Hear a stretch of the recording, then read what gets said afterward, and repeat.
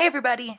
Happy day after Thanksgiving. So I'm returning this book to the library, and I'll be getting a copy for Christmas, hopefully. But since I'm going to be returning it, I wanted to take this opportunity to read a few excerpts from it.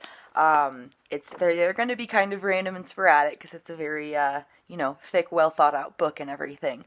But it really talks about the parts within the internal family system of someone with DID very accurately, and describes a therapy approach that is very effective from my perspective.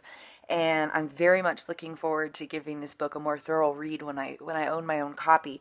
But for now, I wanted to share a few things that I just found really interesting, things that I had not really thought of in that perspective before, things that are explained really well. Symptoms as communication from parts. Many clients come for treatment after being flooded or hijacked by the trauma responses and implicit memories of the animal defense-related parts. Others come when their attempts to disconnect or deny these trauma responses lead to chronic depression or depersonalization. Although some clients may present with diagnosable dissociative disorders, many more will come to therapy with trauma-related symptoms that appear initially straightforward, such as PTSD, anxiety, and mood disorders or personality disorders. However, certain symptoms can alert us to the presence of underlying structural dissociation. For example, and they have a few examples, there's signs of internal splitting, somatic symptoms, treatment history, regressive behavior or thinking, patterns of indecisive or self-sabotage, or indecision or self-sabotage, memory symptoms, patterns of self-destructive and addictive behavior.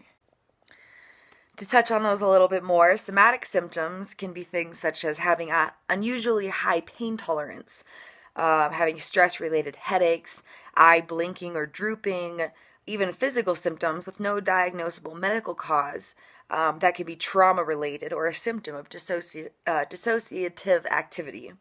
One of the most common indicators of structural dissociation is atypical or non-responsiveness to psychiatric medications. In these instances, parts are communicating somatically. Blinking or drooping of the eyelids often signals dissociative switching.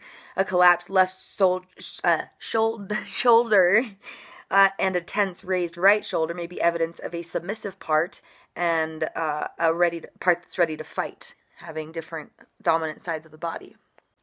Memory symptoms.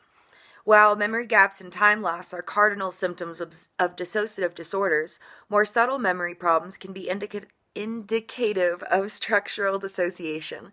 For example, all of the following memory issues are common manifestations of parts activity: difficulty remembering how time was spent in a day, difficulty remembering conversations or the focus of therapy sessions, blackouts, getting lost while driving somewhere familiar, forgetting well-learned skills, or engaging in behavior that you don't remember. I experience all of these. I don't know about you guys. Regressive behavior or thinking. This was first noticed for me a few years ago, and it wasn't connected to DID until recently. Sometimes the client's body language may seem more typical of a young child than an adult of his or her chronological age. He or she might appear shy, collapsed, fearful, unable to tolerate being seen, or unable to make eye contact. The message might be, "I'm scared, don't hurt me," or "Please like me, please notice me," or "Please don't leave me." Verbal and cognitive style can also reveal the presence of younger parts of the self.